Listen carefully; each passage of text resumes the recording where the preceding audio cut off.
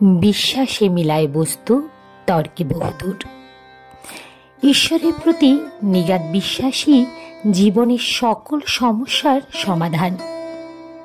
যখন জীবনে চরম কষ্ট আসে, তখন সেই কষ্টের মধ্যে দাঁড়িয়েই আমাদের বিশ্বাস রাখতে হবে যে আমাদের মা আছেন, মা আমাদের দেখছেন, মা আমাদের পাশেই আছেন।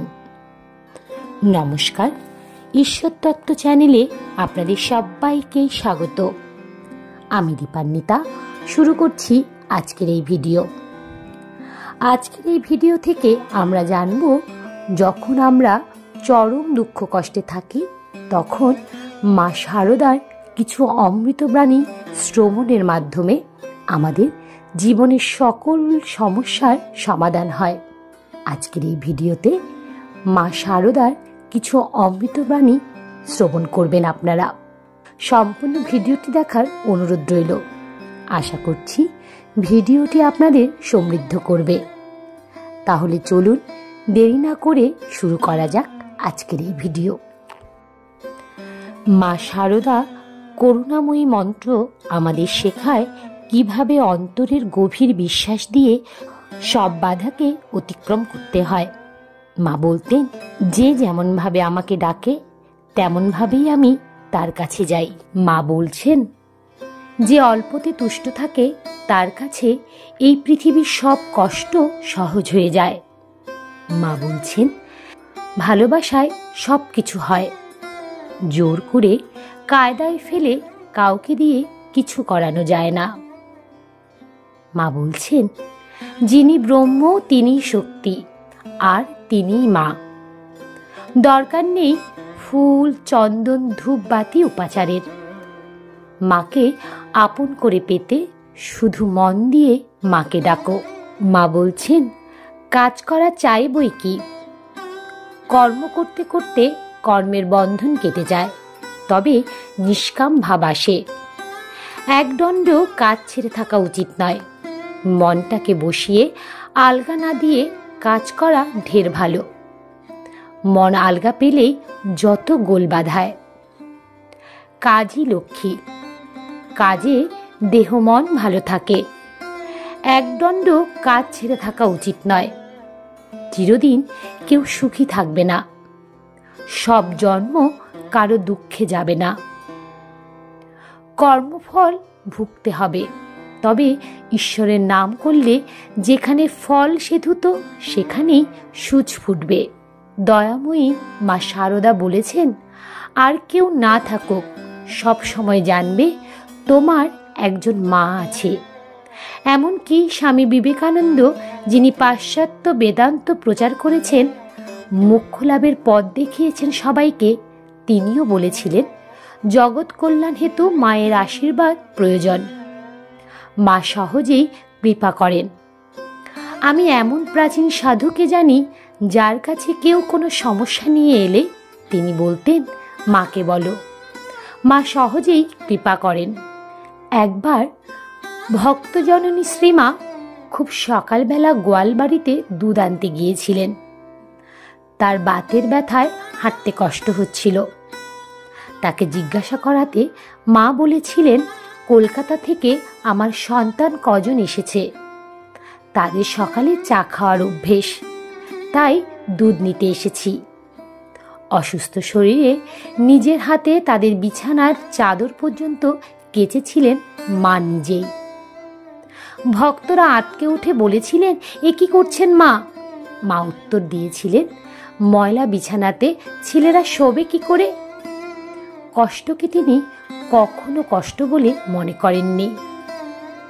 শ্রী সারদা দেবী বলেছেন, আমি যে মা গো, মায়ে ছেলের করবে না তো কে করবে? মা শারদা দেবী বলেছেন, আমার ছেলে যদি ধুলো কাদা মাখে, আমাকেই তো ধুলো ঝেড়ে কোলে নিতে হবে। কেউ মা বলে এসে দাঁড়ালে তাকে ফেলতে পারবো না। শ্রীমা শারদা দেবী বলেছেন, যদি শান্তি চাও মা, কারো দোষ দেখো না, দোষ দেখবে নিজের। যা পেয়েছিলে তাকে আরো যত্ন করে রাখো, নইলে সেটাও হারিয়ে যাবে। যা পাচ্ছ তাকে সাদরে গ্রহণ করো, নইলে তখন হারিয়ে যাবে। যা পাবে তার জন্য স্বপ্ন দেখে যাও, নইলে পিছিয়ে পড়বে। মা সারদা দেবী আরও বলেছেন, দেখো মা, ঠাকুরকে আপনার ভেবে বলবে, এসো, বসো, নাও, খাও। আর ভাববে তিনি এসেছেন, বসেছেন, খাচ্ছেন। আপনার লোকের কাছে কি মন্ত্রতন্ত্র লাগে? ও সব হচ্ছে যেমন কুটুম এলে তাদের আদর যত্ন করতে হয় সেই রকম। আপনার লোকের কাছে এইসব লাগে না। তাকে যেমন ভাবে দেবে তেমনি ভাবেই নেবেন তিনি। ভগবানকে যে ভালোবাসতে পারে সেই তো ধন্য হয়, তার দুঃখ কষ্ট থাকে না। শ্রীমা বলেছেন, বাবা, বিপদ আপদ এসব আসবেই কালের নিয়মে। ধৈর্য ধরবে, ঠাকুরকে ডাকবে, মনের কথা জানিয়ে কাঁদবে। দেখবে তিনি ঠিক তোমার ডাকে সাড়া দেবেন, কোলে বসিয়ে নেবেন। আর আমি তো আছি।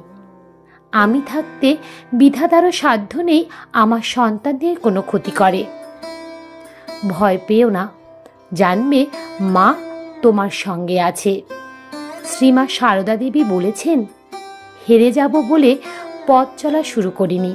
হোঁচট খেয়েছি অনেক, সামলেছি একাই, তবু মনে আশা আজও আছে।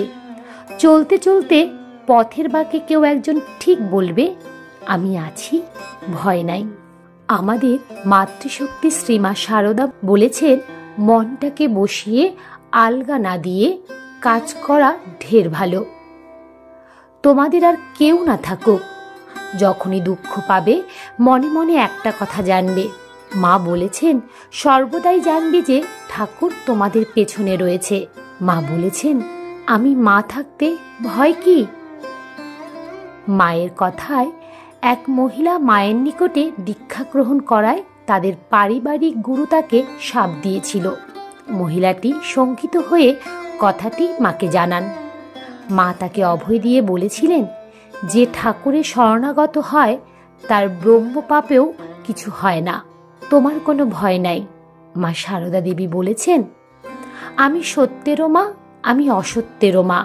যেমন ফুল নাড়তে নাড়তে গ্রাণ বের হয়, চন্দন ঘষতে ঘষতে গন্ধ বেরোয়, তেমনি ভগবত তত্ত্ব আলোচনা করতে করতে তত্ত্বজ্ঞানের উদয় হয়। যা পেয়েছিলে তাকে আরও যত্ন করে রাখো, নইলে সেটাও হারিয়ে যাবে। যা পাচ্ছ তাকে সাদরে গ্রহণ করো, নইলে দুকুল হারিয়ে যাবে। যা পাবে তার জন্য স্বপ্ন দেখে যাও, নইলে পিছিয়ে পড়বে। আমরা যখন বিপদে পড়ি তখন আমরা দিশাগ্রস্ত হয়ে পড়ি, ভেবে উঠতে পারি না যে আমাদের কি করণীয় আর কি করণীয় নয়। এই পরিস্থিতিতে মা সারদাকে স্মরণ করুন।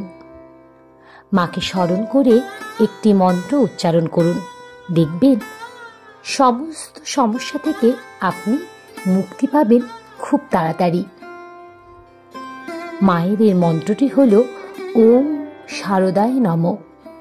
দুঃখ কষ্ট জীবনের অবিচ্ছেদ্য অংশ, কিন্তু এই দুঃখ কষ্টগুলি আমাদের জীবনে ঈশ্বরের প্রতি ভক্তি এবং বিশ্বাসকে গভীর করে তোলে।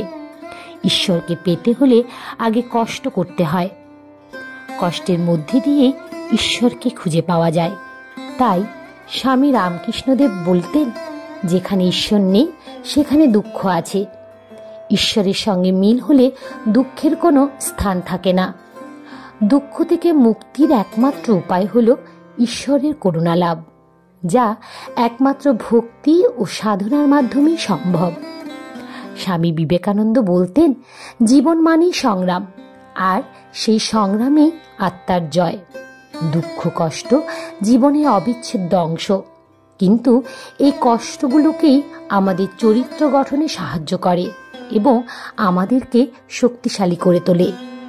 ঈশ্বরের কৃপায় সব কিছুই সম্ভব হয়, তবে সেই কৃপা পেতে হলে প্রথমেই দরকার আত্মবিশ্বাস এবং নিজের প্রতি আস্থা। অর্থ, ধন সম্পত্তি, প্রভাব প্রতিপত্তি জীবনের চরম লক্ষ্য নয়। চরম লক্ষ্য হল ঈশ্বরের সঙ্গে মিলন।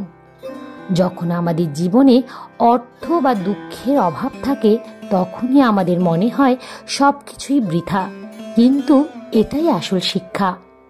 ঈশ্বরই একমাত্র আশ্রয়। জীবনে সব কিছুই ক্ষণস্থায়ী, তাই মানব জীবনে আসল উদ্দেশ্য হলো ঈশ্বরের শরণ নেওয়া, দুঃখের সময় আরো বেশি করে ঈশ্বরকে মনে রাখা। জয় মা শারদার জয়। তাহলে এ পর্যন্তই। ভিডিওটি যদি আপনাদের ভালো লেগে থাকে তবে অবশ্যই একটি লাইক করবেন এবং কমেন্টে রাধা মাধবের জয়গান করতে ভুলবেন না যেন। এ ধরনের ধর্মীয় ভিডিও পেতে এবং নিয়মিত গীতা পাঠ শুনতে চ্যানেলটিকে অবশ্যই সাবস্ক্রাইব করবেন। দেখা হচ্ছে অন্য আরেকটি ভিডিওতে। ততক্ষণ পর্যন্ত আপনারা ভালো থাকবেন, সুস্থ থাকবেন। হরে কৃষ্ণ কৃষ্ণ কৃষ্ণ হরে হরে, হরে রাম রাম রাম হরে হরে। নমস্কার।